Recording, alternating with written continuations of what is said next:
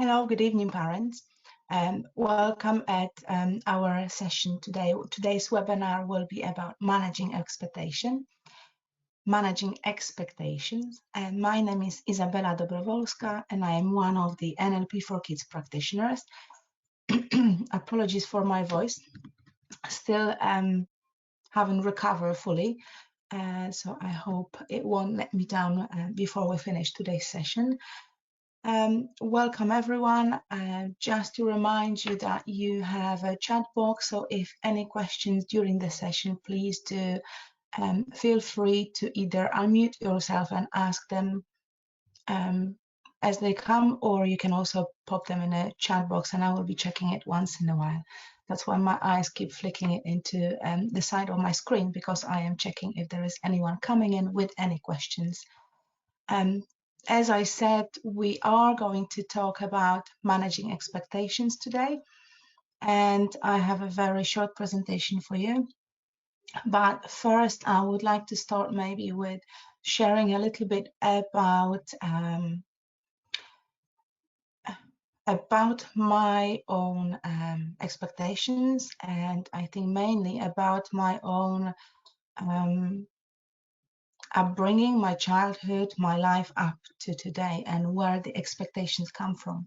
So as a child, I haven't actually been exposed to many high expectations, I would say. At home, my parents never had any extremely difficult expectations apart from behaving and, not embarrassing them. Anything that will be fairly obvious for any parent. At school, I don't also remember having experiencing any extreme pressure. I was doing quite well, so I think educationally I was coping, and as far as I remember, I think I have been putting high expectations on myself rather than trying to stand up to someone else's expectations. And to be honest, I've been quite tough with myself. So today about self-expectations, because expectations of others, that's entirely another topic, and there would be a lot that we could talk about. So today I would like to focus on our own expectations towards ourselves and how sometimes we can sabotage our achievements, our successes by setting up expectations really high. Very often, even looking back at becoming a mum. So during my pregnancy, I read a lot of books, and I was talking to many of my friends and thinking back into my childhood and other parents, because as I said, at home, I never had high expectations as a child. My parents never expected me to be a high performer. I think they were quite satisfied with me being healthy, being happy, and doing things my own way. Maybe because luckily I never disappointed them deeply. As I said, I was setting those expectations quite high for myself. But during the pregnancy, I really set the bar quite high, and I wanted to be a perfect parent. I wanted to do things differently than my parents did. And I thought that I can obviously achieve that because now I have the knowledge. I have books, and I've got all different resources, videos, and channels and social media. Well, that didn't work. That didn't work well for me. It was really difficult. It was very, very stressful. I had severe anxiety after my first pregnancy, and I think with the second one even deeper. I was falling into depression and had a really negative thoughts all the time, and was very, very critical towards myself. So I want us to talk a little bit more about what expectations are and where do they come from. And then towards the end, I will share with you my thoughts about how we can deal or how we can set those expectations for ourselves a little bit more achievable or at more healthy level. Okay, let me share the screen so I show you what I've prepared, and then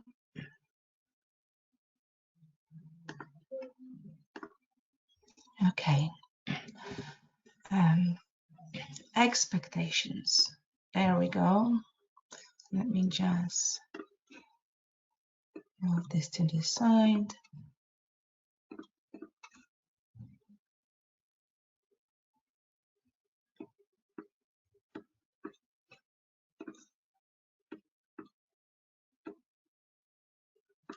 Okay. So according to Wikipedia, expectations are a strong belief that something will happen or it will be the case, and belief also that someone will or should achieve something. Why I listed the synonyms? I think because that actually drew my attention when I was checking the definition of expectations, that the closest synonyms are suppositions, presuppositions, which I will explain to you later. We will talk about presuppositions of NLP, presumptions, assumptions, belief, and hope. I have a very tricky relationship with the word hope. But if I have time, I will share that with you a little bit later. But definitely, I will highlight the presuppositions and our beliefs, our belief system, and how is that related to expectations. So the concept of expectations as a thought or a belief in the context of probability theory. In the case of uncertainty, expectation is event that's considered the most likely to happen. An expectation, which is a belief that is centered in the future, may or may not be realistic. A less advantageous result gives rise to the emotion of disappointment. If something happens that is not at all expected, it is a surprise. Exactly. I remember as a child, actually even into my young adulthood, early adulthood, I did very often prepare myself for the worst. And whenever I talk to people and they were asking me, why do you always have those black thoughts and black visions? I keep saying that I rather be pleasantly surprised than disappointed. And that belief stuck with me for a very, very long time. And it did affect my confidence, my self-esteem, and it definitely stopped me from achieving things much earlier. An expectation about the behavior or performance of another person expressed to that person may have the nature of a strong request or an order. And here I would relate to us as parents and how we set those expectations for our children, and how often it sounds like an order and a high demand because it is this way or no other. So we're behaving like we're really demanding for our children or our partners to fulfill those expectations, to meet the criteria. And there is no balance in between. It has to be that way or no other. And that is quite damaging to our health and their mental health as well.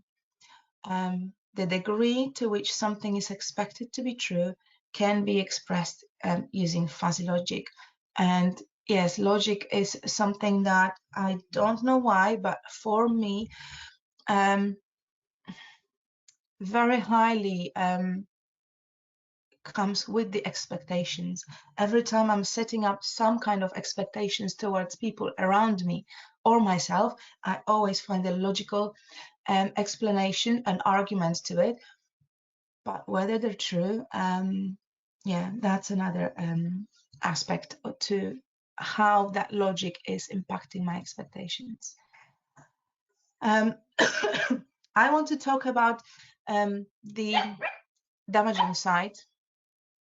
Apologies, you can probably hear my dog outside.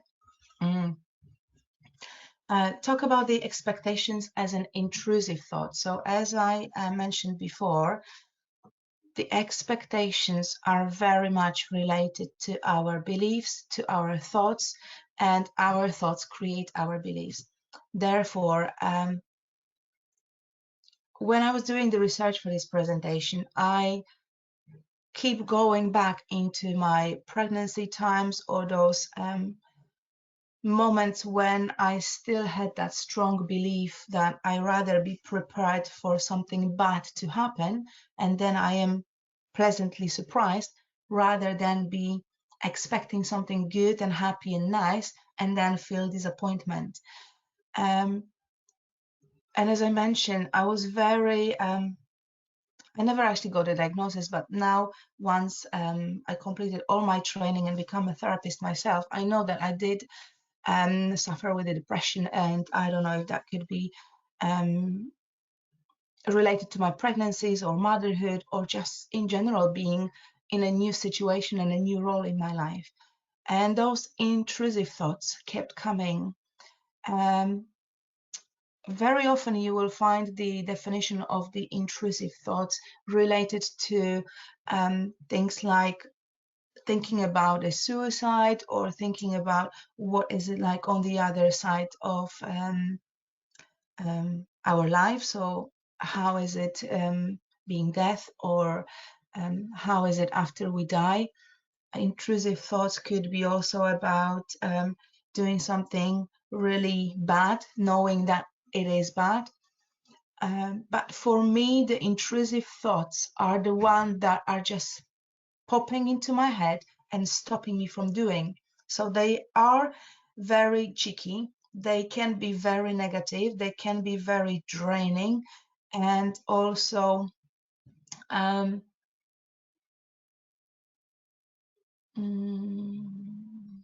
limiting. I will talk about the limiting beliefs a little bit further. So intrusive thoughts are unwanted and involuntary thoughts that are usually disturbing in nature. This is what I just explained. And people experiencing those thoughts do not act on them. And quite recently, I had three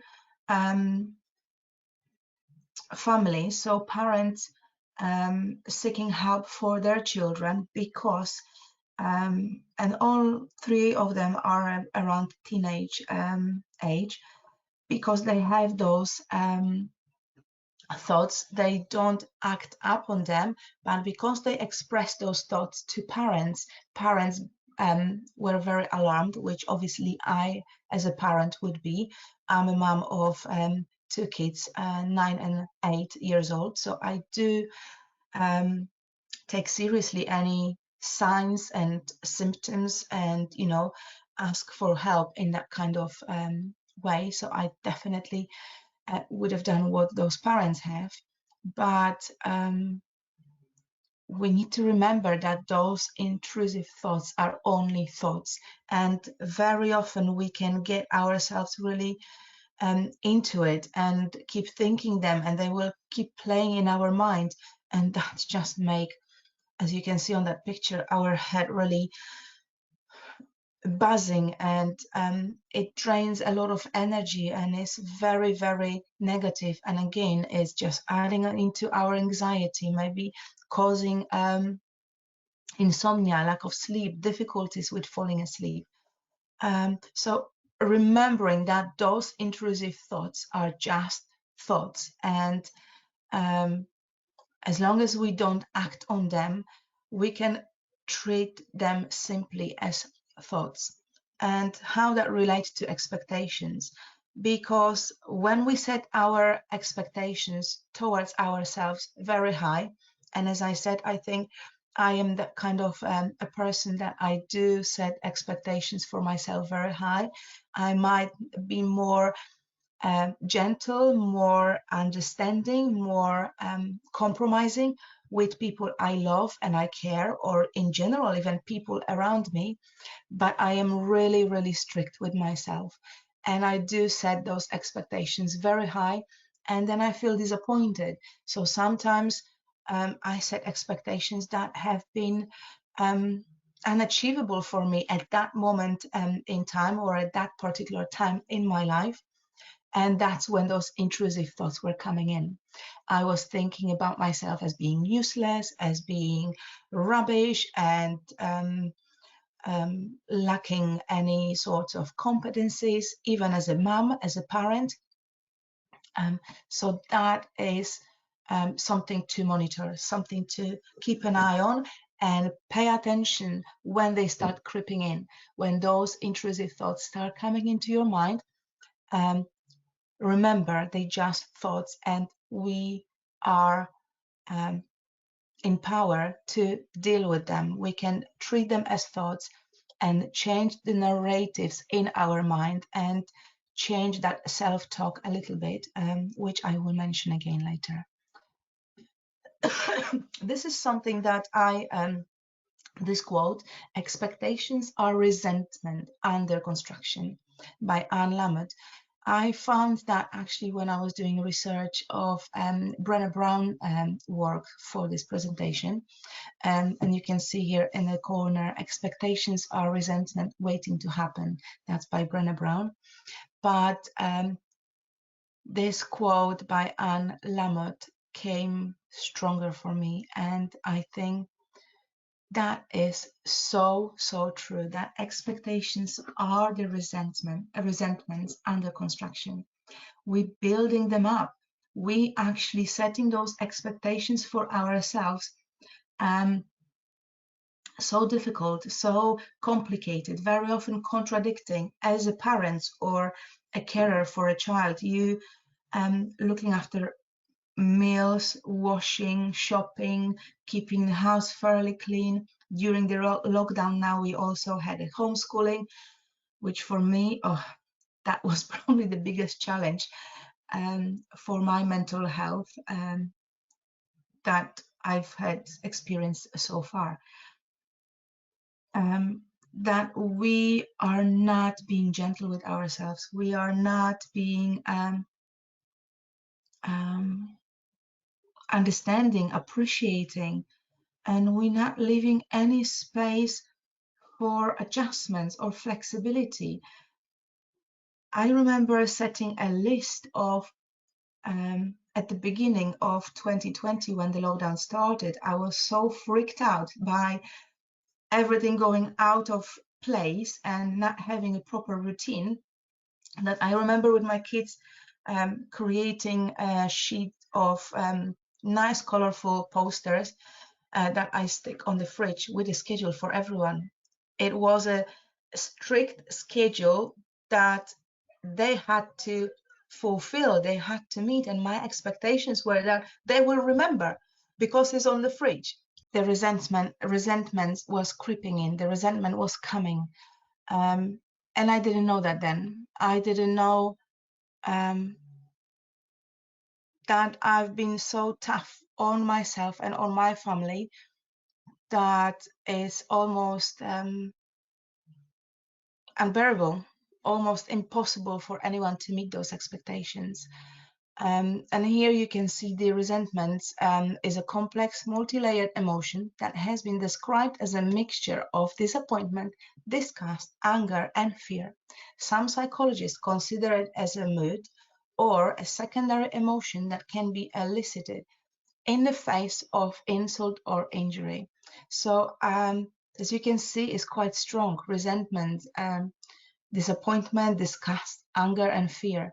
A mixture of those emotions is just like an explosive for me. And going back to this previous slides, that expectations are the resentments under constructions. keeping that in mind, and I think that picture is, I'm visual, so for me pictures are quite important, but that is adding into a strength of how really difficult is to be aware what we're building on, how we are, what foundations we're setting on by setting expectations at a certain level, whether we want to be those expectations to be the foundation of love, care, compassion, kindness, or we want those to be a foundation for being a perfect being, and maybe a copy of mirroring expectations of someone that we've picked up. So for example, watching on social media or TV, any Netflix movies, or I don't know, TV shows, we're watching families and looking at very tiny part of their family life, and then we think, well, if they can do it so well, if they can care about everything so perfectly and then look beautiful and be smiling and have a nicely done hair and nails and have a shiny clean house, well, if they can do it, then I can do it too. But we don't remember that there is a set of people behind it, that there is always a team, or maybe you know, we don't know what is happening behind the scenes. Perfect, beautiful families in on Instagram pictures is just a snapshot, is just a split second of someone's life, and we are so drawn into it that we're setting those expectations for ourselves, for our families, for our circle and surrounding, and maybe our friends or at work, to be perfect. We want it to be as good as that. And can we do it for long? I think it's really, really difficult. And that leads me to limiting beliefs. Limiting beliefs are beliefs or decisions that we make about ourselves or our model of the world. And that's something that we talk a lot in NLP. So NLP is a neuro-linguistic programming, which is one of the therapeutical coaching techniques that I apply in my sessions with families, with young people, children, or parents. And I will talk about NLP a little bit more as well later. That limiting belief will be within our internal world. So we, there is a basis of NLP, like a communication style or communication technique, that if you watch previous webinars, I talk about that, and I think a few of my colleagues mentioned the communication model of NLP as well. So you can go back and listen about that a little bit more in the details. But what we get from that process that is happening in our mind is our internal representation of the world. And that's created within our mind based on our experiences and what our mind, the messages or the information that our brain is receiving through our five senses. And that limiting belief is being within our internal world and is shaping the responses to our external world. So we then, creating that internal representation, we also expect that to happen outside, because we model that and we shape that inside of our head. We probably have a picture of it, maybe a sounds added into, let's say, how we would like our child to go through their education. For example, parents might have high aspirations about their daughter to become a doctor or become a lawyer, or maybe highly successful in another career, and they will be putting a pressure because that's something they've created in their mind. Then they will be projecting that outside, and expecting their daughter to fulfill that expectations.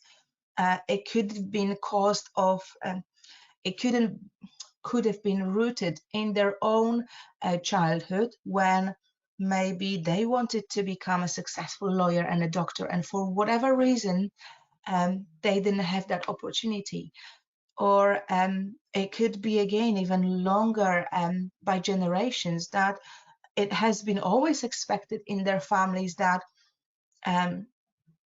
girls or boys become lawyers, or they have that specific career path. Or it might be that parents are lawyers and grandparents have been, and maybe grandparents, and it's just going for generations, and it's obvious, it's just expected. And that's the projections. That's when we taking that internal world and presenting it outside and expecting everyone else to fit into that. Very often our limiting beliefs prevent us from going after our goals and desires and dreams, and it keeps us from doing anything that maybe is happy and pleasant and something that is very important for us, but we just don't believe we good enough. And this is this orange slide here. I am not good enough. And I'm pretty sure that as much as I do, you also hear a lot about that, how to feel good enough, how to be good enough, or maybe you have those limiting beliefs or thoughts in your mind, in your head, and you often talk to yourself this way. So it could be a self-thought talk and self-thought that I'm not safe, this is not fair, no one likes me, I am fed up, I am angry, I don't like myself, or I don't like everyone else, or I have to be perfect, or I'm not good enough mom, or I'm not good enough partner, or I'm not good enough at my work, or I wasn't good enough to get that promotion, or if I was good enough, maybe I don't know, maybe my partner wouldn't leave me, or there would be no divorce. There is a lot of that damaging self-talk in within our expectations, and I will tell you in a minute how I dealt with it and how you can do it too. So those limiting beliefs can easily be handled within our mind, and is going back to our thoughts and changing the narrative, changing the way we talk to ourselves, all those thoughts in our mind, all those voices that we hear, paying attention, catching yourself, changing and maybe adjusting slightly by replacing words like should with could, or I would do something, instead of saying but. Yes, I know, but I can't do it because of I don't know, I don't have enough qualifications, or I don't have enough experience. Try to replace the word but with and, or however. Try, that's another word that we can replace, because trying is never actually happening. It's not something that we achieve, we arrive. So instead of saying trying to replace, I will replace, or I will do it, or I am committed to do it. I will do my best to complete something.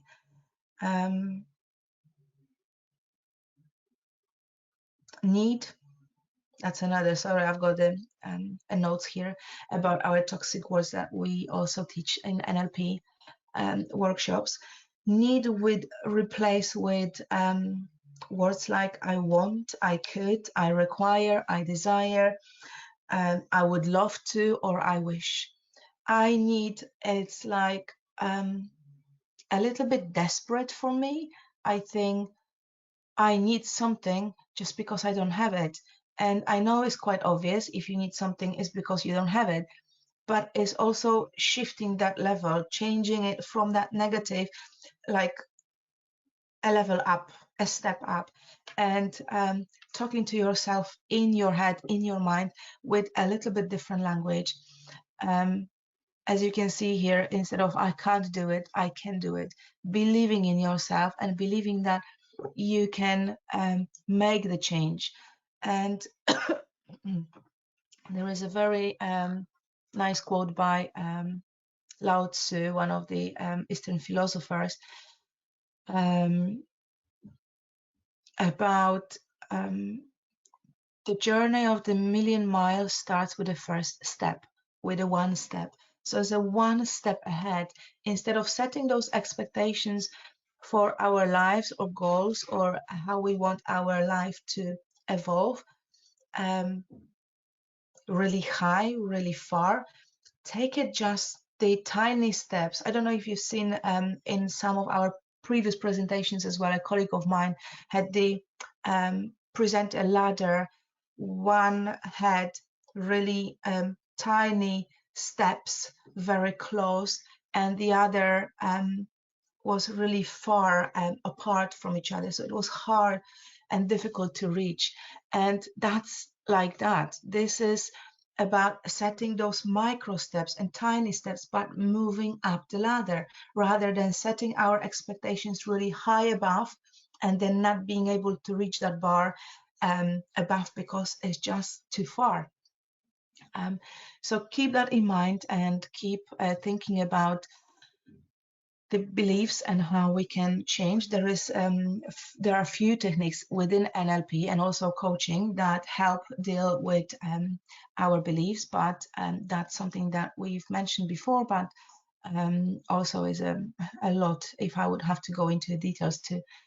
If you would like to find out more, please reach out to one of us practitioners and we will be able to explain that a little bit more.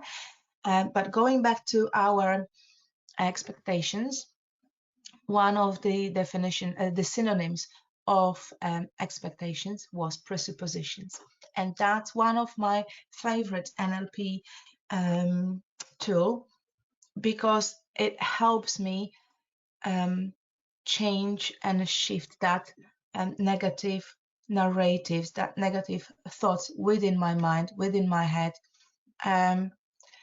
That's something that helped me, and I really believe that it can help you as well. Almost like affirmations, when you're putting them everywhere around your house, keep those printed, keep those in your wallet, in your bag, or maybe in the bathroom or above your bed, or in your stick them on your desktop. Something to keep in mind that will help you, and it definitely helped me because I changed the perspective to certain things.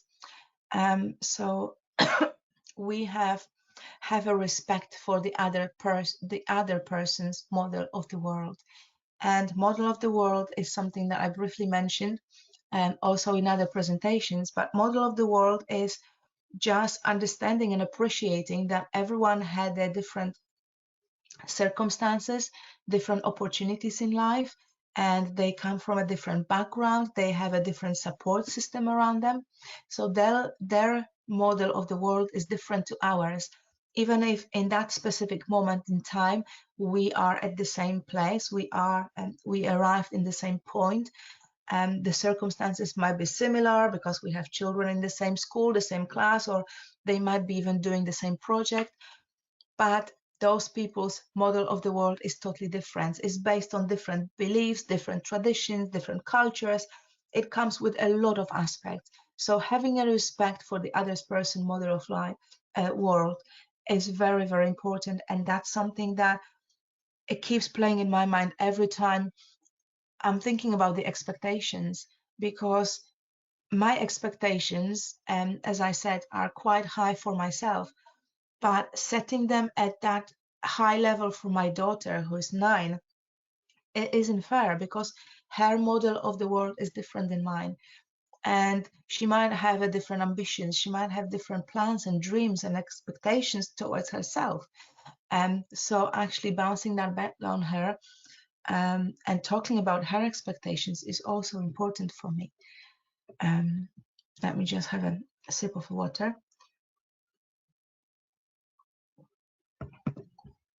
The map is not territory.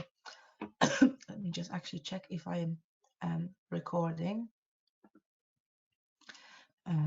Yes, it is. So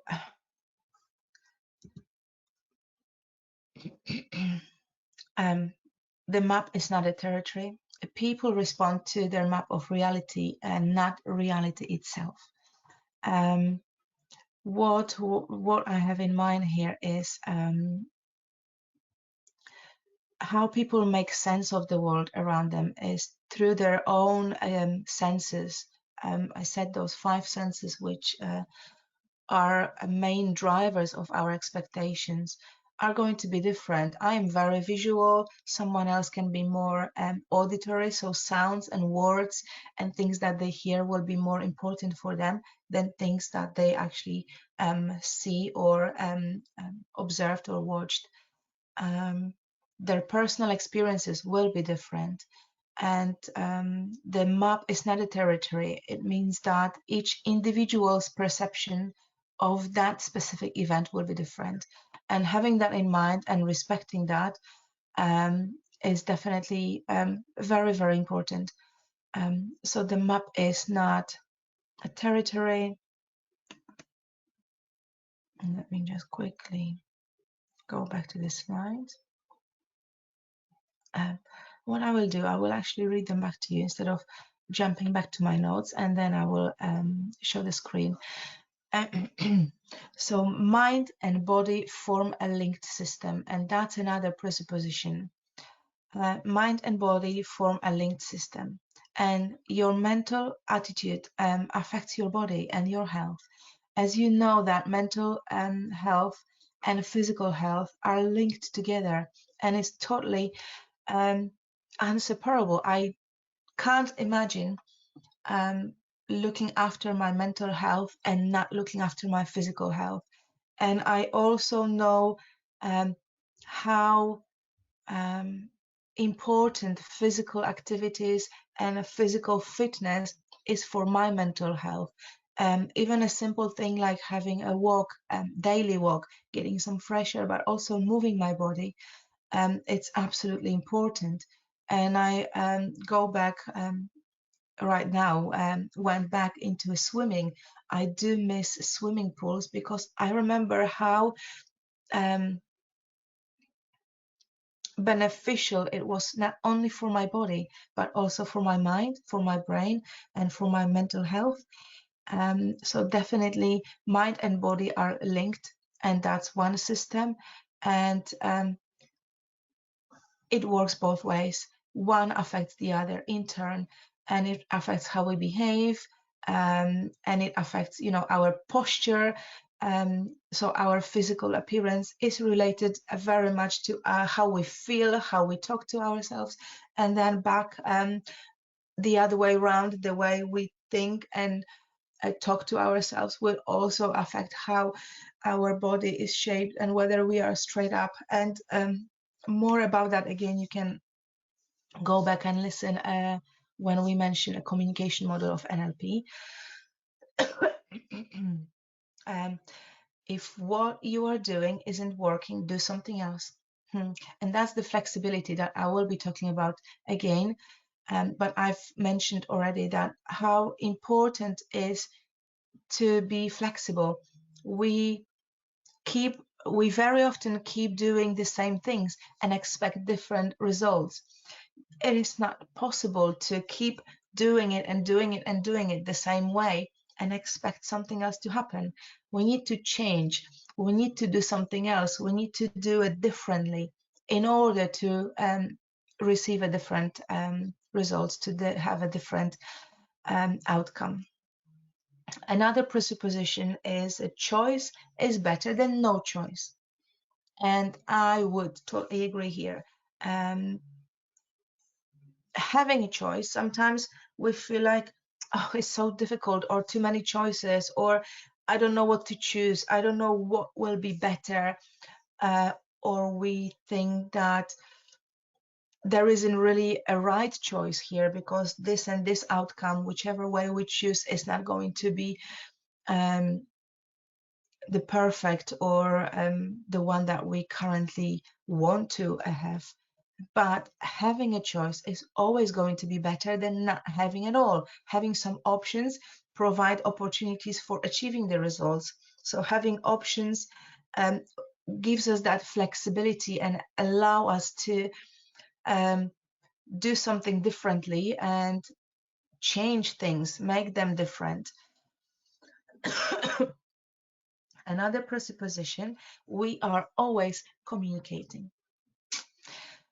Even when we remain silent, we are communicating. Our facial expressions, our muscles, our eyes, our body language, we continuously communicating. And sometimes you think that you have a stone face and no one can read your emotions or feelings, but I think there is always, if someone knows you very well, those gentle non-verbal nuances that they can pick on it. And a baby, when you think about a newborn baby as a parent, when you hold a baby in your arms, they can almost sense how you feel, in what kind of mood you are, even though they can't speak, they can't verbally communicate with you. They will pick on your moods, they will read your expressions, sometimes the smells as well about what is happening around, and then they try to communicate back non-verbally as well, a lot through crying, unfortunately, at that age. But it could be a different type of cry that after a while we'll learn what type of cry means what for a young baby. So that non-verbal communication is with us, even still in a womb, when the baby isn't born yet, is already communicating in a certain way which food the baby likes, which one it doesn't.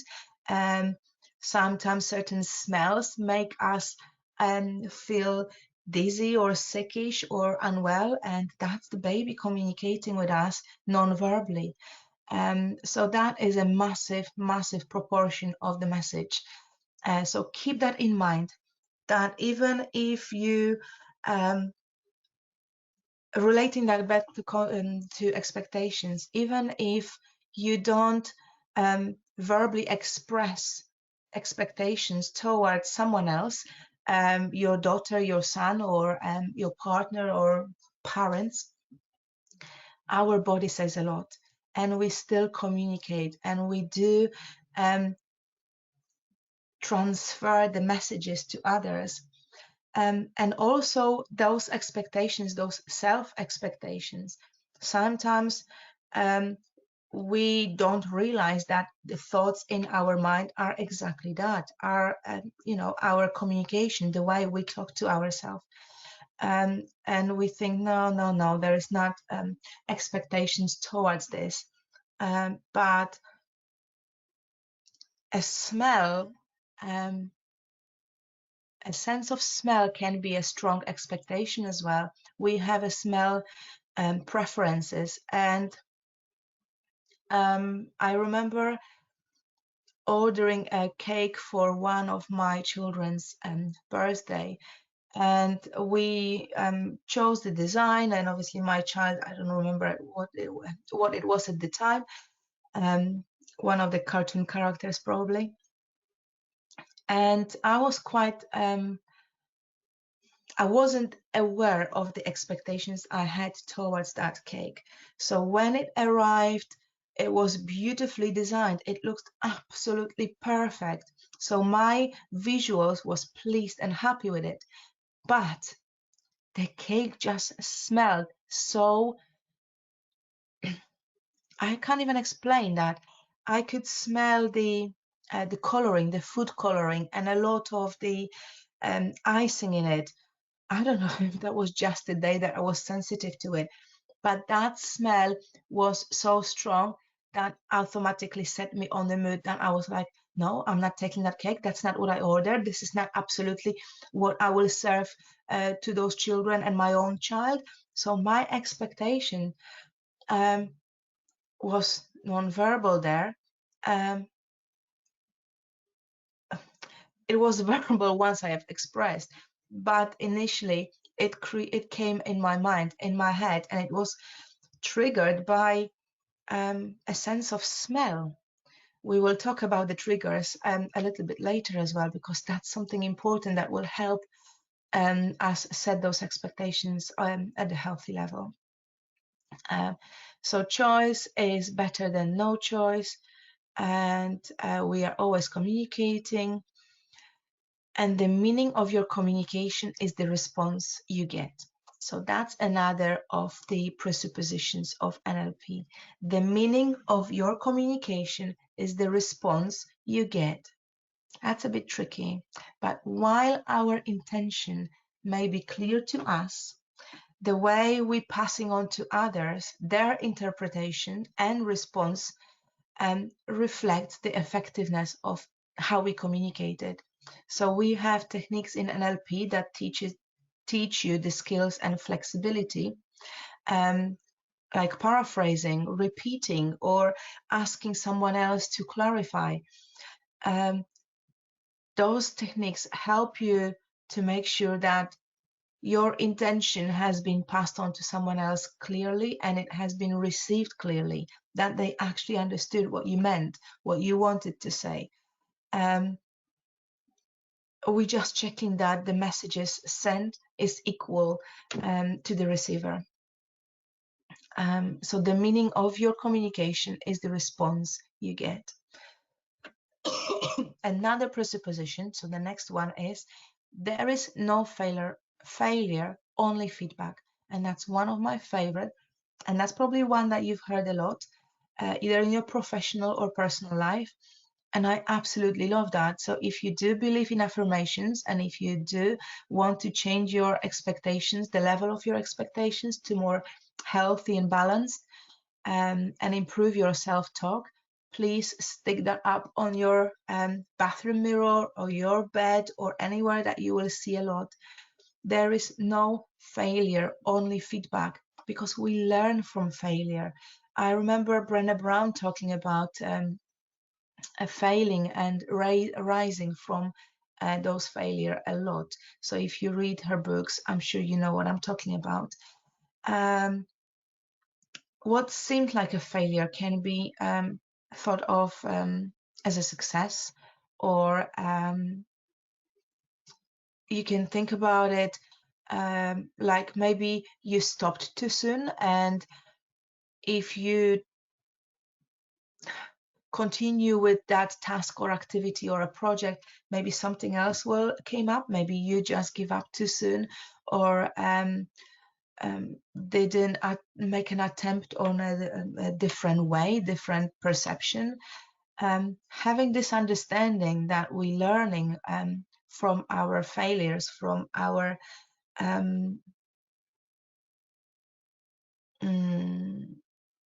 stumbling, and just not getting there, not getting what we wanted, we are improving, we're getting better, because we know what didn't work, we know what we've done that it didn't work, so we also know what to do differently next time.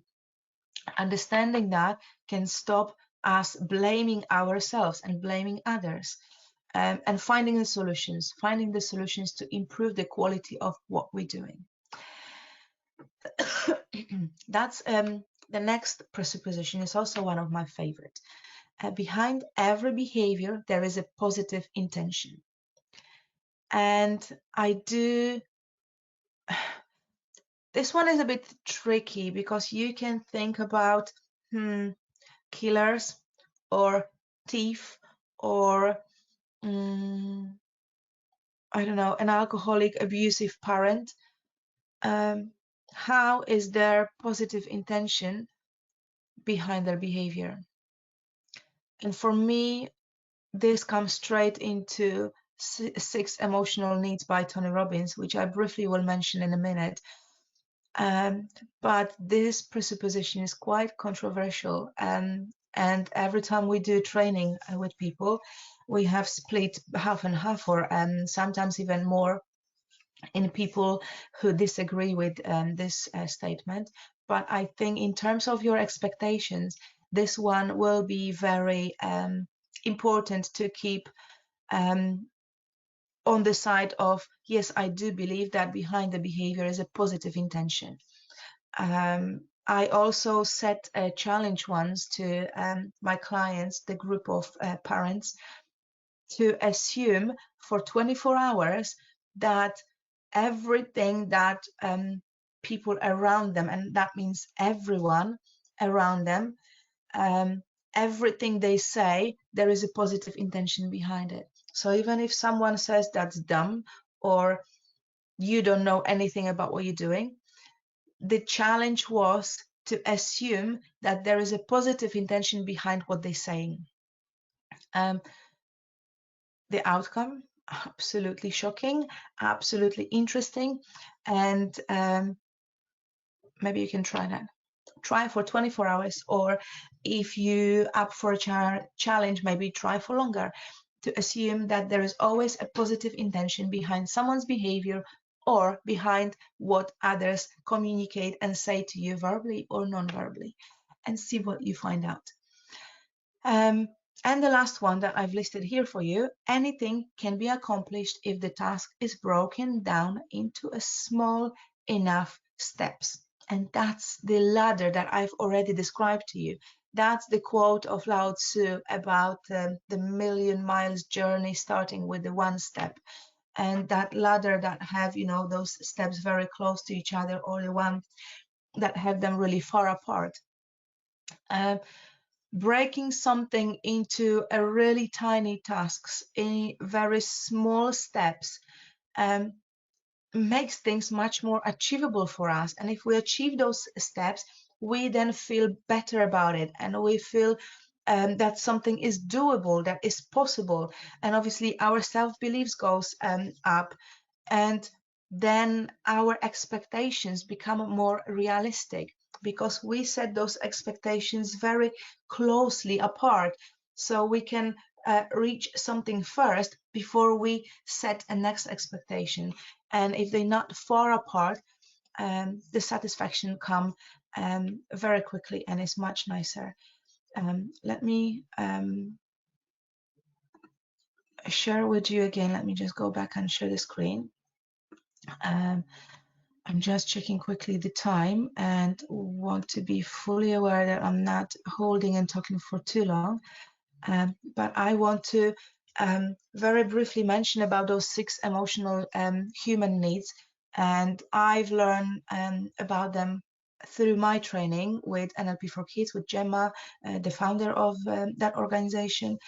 And I've talked about it to so many parents and teachers and carers, also young people and children at certain age, because I think those emotional needs, and don't mix them up with the Maslow needs. So we've got that Maslow pyramid of basic human needs. This is a little bit different. This is our 6 emotional needs. I don't have a lot of time because that's a very broad subject. I wanted to list them here and just briefly mention, but what I will do, I will ask ladies in the office to send you a link to a video that you can watch, and I think Tony Robbins will explain to you best, as he's the initiator of that theory. But the basis of that emotional human needs are that we all as human beings have a need for experiencing a certain emotions. And as you can see here, we need a certainty, assurance that we can avoid pain and gain pleasures. So to be certain that we can actually achieve good things, and that if we're driving ourselves forward, we can achieve and be happy and have that fulfilling life. The second need is a variety, because we also need a bit of an unknown and a challenge and change and stimuli. I don't know about you, but I remember at least the beginning of my career, when I was working in a big organization, I couldn't last in one role for too long, because when I was new into a specific job, specific role, and I was still learning my tasks. It was exciting, it was new, and it was fun. But once it all became automatic and I didn't have to apply myself, I become bored. I needed change. I needed an extra stimulation. I needed some more challenges. And I always ask for more tasks or maybe opportunities to move to a different department or help with a different project. The need for significance. We all want to feel unique, and we want to feel important and special and needed. And how that relates to expectations, because very often those expectations that we set upon ourselves are related to that feeling of significance. We want to feel significant, so we will, in order to be important and noticed and special, we will set our expectations really high, like being a perfect parent, being a parent as a female parent who always look beautiful and sexy and attractive, and at the same time have clean house without the help of a cleaner because I can't afford it, or all these perfect pictures that I was talking about on Instagram, that we want everything to be spot on because that fulfill our need of being significant as a parent, being admired maybe by others, being someone who other parents at the school gate look towards and look up onto and think like, oh wow, they're having it perfect, all handled and all in perfect control. Wow, I talk so much.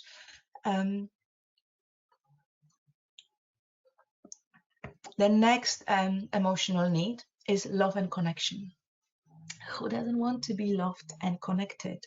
That's a very, very strong feeling of the need of closeness and union with someone or something. And apart from the people that comes to mind right away, like your children, your grandparents, your parents, brothers or sisters, there is a love and connections with groups of people sometimes, and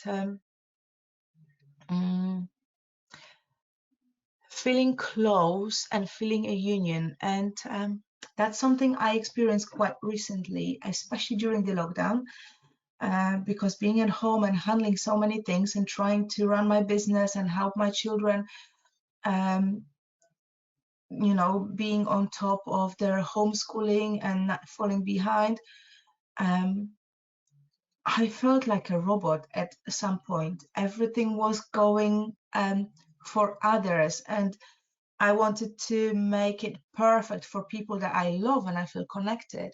But what I realized at some point is how much I needed a union and connections and closeness of other females, other mothers, because I needed to see and feel and hear that other people have the same challenges. Other female entrepreneurs are facing the same challenges that me, and being that union, creating that union with them on social groups, on Facebook or other social platforms, and actually helped me, and it fulfilled my need of being connected and feeling close and united with like-minded people. We often are being drawn to people like-minded, people who are similar to us and people who have similar expectations.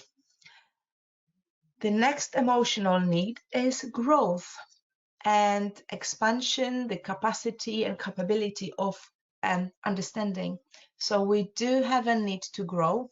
And as I mentioned, the example of my career, at the beginning of my career, how I wanted to grow and learn more, and I was always hungry for more knowledge, more experience. But I think that was very immature, that was a very naive way of chasing, I would say, my growth and development. Right now, I'm much more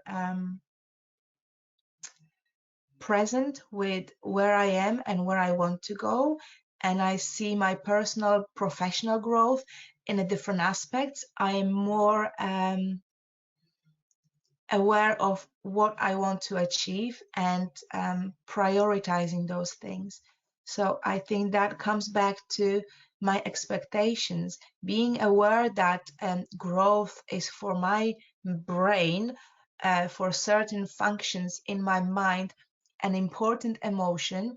I am also more careful, or maybe more specific in what expectations I set upon myself in terms of my growth, and how I prioritize that growth, and how I put that and blend that into my daily routine and my family routine. Yes. And the sixth emotional need is the contribution, a sense of service and focus on helping, giving, and supporting others. And that is something that I always felt. I wasn't always aware that is one of the emotional needs, like we all human have that need to fulfill, that we in our life want to contribute.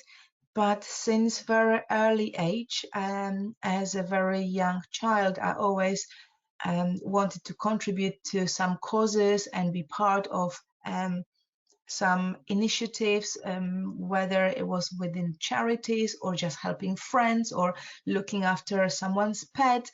I never expected anything back, and it was just the pleasure that I received from making someone else's life better and easier, and maybe much more pleasant, or just simply seeing a smile on someone's face. That contribution towards other causes and others' life, it made me happy. It made me feel a very needed, fulfilled. So as you can see, all the other emotional needs have been met as well. And I do hope you find the time to watch the video and listen to Tony Robbins talking about his emotional needs and how he come up with that idea and where it come from. So here again, we've got a certainty where we want to feel safe and control. We've got a variety, so at the same time we need to fulfill of a need of feeling at the differences. So not to be that stagnated or bored, we need some stimulations. We have a need of significance. And as a parent, I think that's a very strong one for many of us, to be significant as a parent, to be important and needed and valued.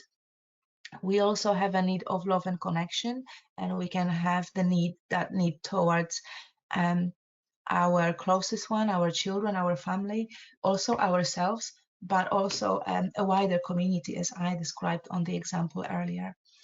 We have a need of growth, and that need determines the level of happiness. So we're expanding, we're growing, we're learning, and I continuously learning. I am on the train to infinity with growth and learning and development, because I think we do learn every single day, and whether we realize that or not, we're growing and expanding, and we're learning on our own mistakes. And the last need is a contribution. That's the one that gives us the satisfaction and pleasure and happiness from helping others and supporting others. So here, 5 keys to health, healthy self expectations. And let me just pause the presentation again. I want to talk a little bit here about how those are not only research that I've conducted today, but a lot of those key points here will be my own experience and what worked for me, and how I managed. I think I do it quite well now. As I said at the beginning, I was always a type of person that set the expectations quite high for myself. And even though my parents never expect an amazing grades from me, I remember when everyone was going to bed, I always had books under my pillow, and with a little light in my bed, I was still studying if I had an exam next day or if I had to write an essay, because I always had that need of being significant, of being noticed, and set those expectations very high for myself, even though people close to me never expected much, or never put that bar so high for me. And I've learned, and I was exhausted for a very long time, and it was really difficult, especially as a mother. With the first child, it became difficult. With the second one, it was even more difficult because I already had, and my kids are very close to each other. So I remember having my baby born and breastfed, and then my other child already spoon feeding and nappies and then toilet training. And I always thought that if others could do it, I can do it. I never allow myself to ask for help. And I think that will be one of the key points, something that's very, very important, to remember that asking for help is not weakness, it's actually courage. Being able to ask for help, for me, is an act of bravery, a courage. The first of the 5 key points to have a healthy self-expectations is to become conscious and aware of those expectations that we set on ourselves. And this is something that for me relates a lot to a shame. And I read about shame and vulnerabilities in Brené Brown books, which I highly recommend. And the shame arises through failing to meet the expectations of others, of ourselves, or the society in general. Many of our expectations are contradictory, and they simply impossible to meet. We do try to meet the expectations of a society, maybe that perfect body image after having 2 or 3 kids, a fitness, and keep doing it, and then we absolutely exhausted because we don't have time for rest. I think this is particularly important around motherhood. The expectations that people and ourselves set on being a perfect parent are they creating what Brené Brown called a shame web. We start building those layers of shameful feelings and vulnerabilities, fear of being judged, and also being judgmental towards self or others. It creates our shame triggers. There is a great book, one of her books, I Thought It Was Just Me, where she talks about the shame triggers. And I think shame triggers are very much expectation triggers. So observing and being aware where those expectations that we set come from, and whether they related to any feelings of shame, being ashamed of something, or maybe experiencing some kind of judgment, whether we set it on ourselves or it comes from someone else. That's going to be very important for you to be able to have a healthy balance and healthy expectations. Number 2, in those key aspects, will be critical examination of our expectations. And that will be recognizing the expectations if they are unrealistic, or maybe not important, or maybe not in this particular moment. Prioritizing them, maybe we could take them a little bit easier, or have a different approach to just to accept ourselves as we are, instead of trying to fit into that perfect model of the Instagram picture, or a role model from a TV sitcom or a book that we've just read. Try to accept yourselves as you are, and thinking about those presuppositions that we do our best with what we have available. Oh, I think that's one of my favorite that I forgot to mention, that people do the best they can with what they have available in that particular moment. And that's something that, again, it stick with me for a very long time, and it helped me transition and transform my own expectations and my internal self-talk. How remembering that people do their best with what they have available at that specific moment in time. So examining your expectations is important here. Empathy is also a key because again, shame is about disconnection, and it split us and it separates us, and it makes us withdraw from the life and from that connection, from that need of being loved and connected. So being able to show yourself empathy. We are very good friends, and we very much able to show empathy towards our best friends or someone in our closest circle, but we forgetting about that empathy towards ourselves. Being aware of those triggers, shame triggers or expectation triggers, maybe something from the past. Maybe we as a child received so much critique towards our physical appearance that now we're setting those expectations so high that they almost impossible to fulfill with all other responsibilities as a single parent, especially when you don't have the extra pair of hands to help on a daily basis, when many challenges emotional of your own and your children you have to handle yourself. Having a healthy balance and lower those expectations and having those small steps is going to be critical and very, very important. Number 3, drop the prerequisites. Come back again to I am not good enough, to stop thinking that there is a condition and that maybe there are criteria to feel worthy and to feel whole and fulfilled and perfect.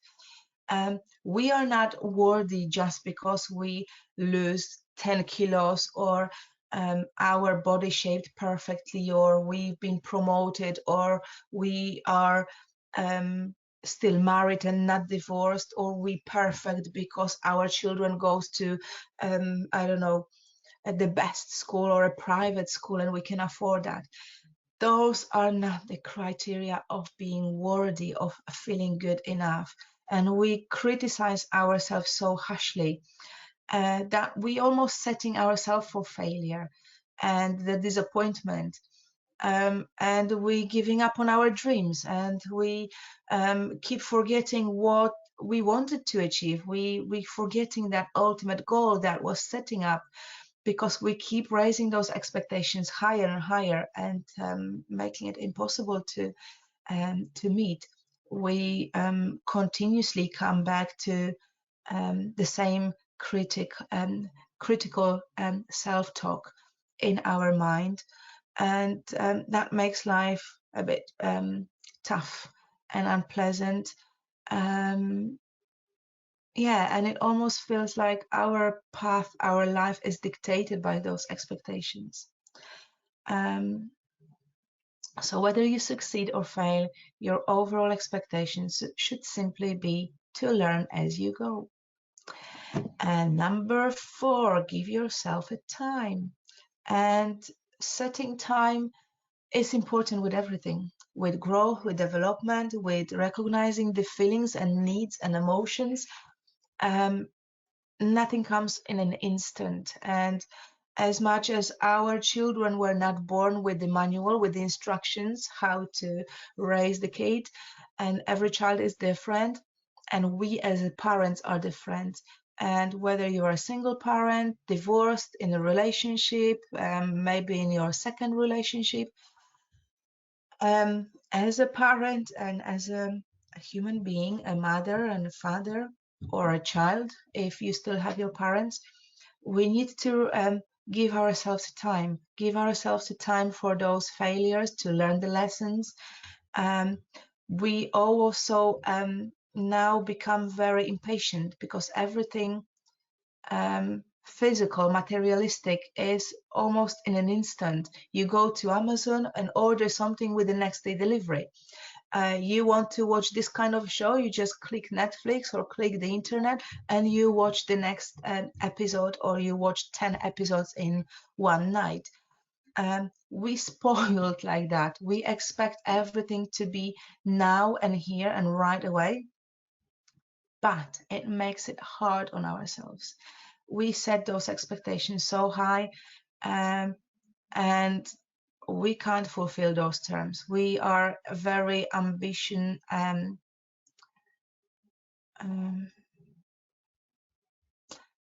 The ambition is a good thing, and it's something that we should strive to be better and have the ambitious plans and try to reach and achieve something, but also make sure that they healthy and they're not conflicting and they are not again too far, like the ladder. Those bars are not too far apart, and being mindful of our timeline, of our time availability, our time management, being mindful of the objectives and tasks that we have in our daily routine, and how we can set the realistic plan. So give yourself time, understand, observe and learn and adjust. Remember about that flexibility. And that's number 5 point. That's the fifth key point to be able to have a healthy expectations in your life. When things go wrong or situations change, do your best not to get too emotional about it. Try to dissociate yourself, step away and look at the situation from a distance, with a perspective, from a different point of view.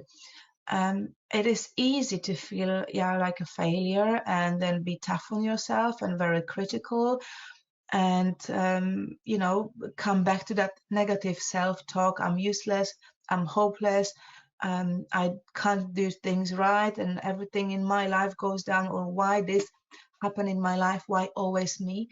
But it isn't helping us. It isn't helping with anything. We're not achieving anything by that kind of negative self-talk. And we still can't meet those expectations because they're still very high, very difficult, very unrealistic. So giving yourself that flexibility when things shift unexpectedly, or there is a lot of situations and circumstances when we have no control over, and being able to adjust and adapt our expectations to the circumstances, to the change of environment, like lockdown.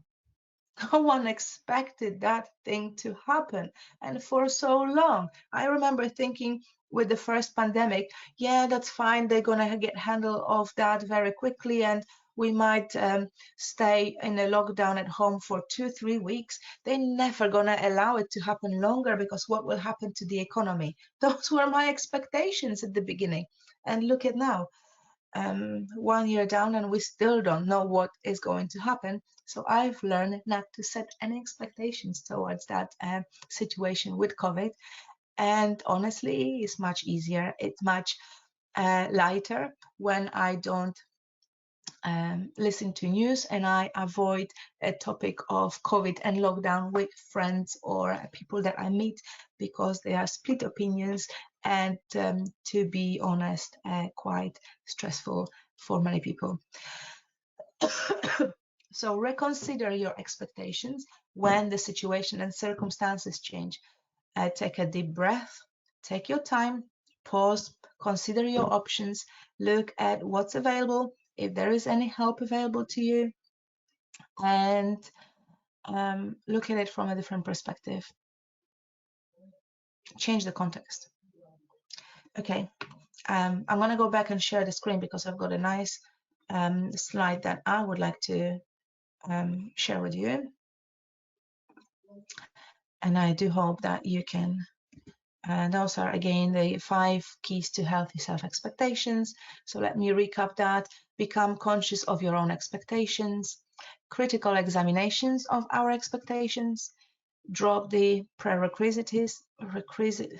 Can't pronounce that even. Give yourself time and adapt and be flexible. This is what I wanted to share with you. So I have no clue where that come from, one of my workshops. I like it because it's so colorful, but it also summarized the most important things about the empathy and compassion, to be kind to ourselves, to be authentic, and remember who we are, not trying to be someone else and fulfill someone else's expectations, or maybe expectations we put on ourselves, but they were triggered by a negative self-belief or a belief system that we adapted from our families or our circle of friends, or maybe community at work. Courage to be imperfect. So allow yourself those imperfections, accept your imperfections, and be brave and courageous to ask for help. Those vulnerabilities are also related to be prepared to take risk. We do take risk as parents, as friends, as human beings every day, and just to be able to step out of your comfort zone and step outside of that comfort box and stick your head out, that's a courage. Exposing your vulnerabilities by asking for help, it's courage. But as long as you stay true to who you really are and remember who you are, you're gonna be happy, you're gonna do well, and you're definitely going to be much better role model for your children that are observing, mirroring, and modeling on your behaviors and your beliefs. And with this nice quote slide or poster, I would like to finish tonight's presentation. You are born to be real, not to be perfect. I'm just going to check if there are any questions, if there is anything in my chat here. If you don't have any questions now, or if you're watching this in a recording, please do remember that we still have Q&A sessions, so you can sign up and jump onto another Q&A session with our practitioners. They will be happy to help and answer any of your questions. You can also post the questions under the YouTube video. So all these recordings are then saved into our YouTube channel, and I don't remember the link. Superheroes, our non-for-profit organization, who kindly was able to get a funding from National Lottery, and thanks to that funding, we are able to deliver those workshops to parents for free. You will be able to watch tonight's recording, but also all previous and those few that are still going to happen on our YouTube channels, Superheroes. And the link you can definitely find in emails that you will receive, or you can get in touch with us to find out where all those recordings are available for you. So any questions, if you don't have any now, please do drop them under the videos or sign up for the Q&A sessions.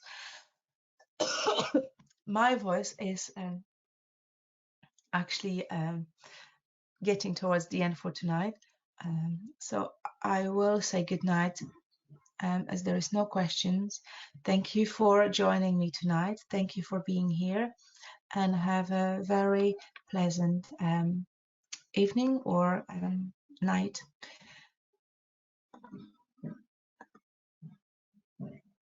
Thank you, everyone. Bye. Good night.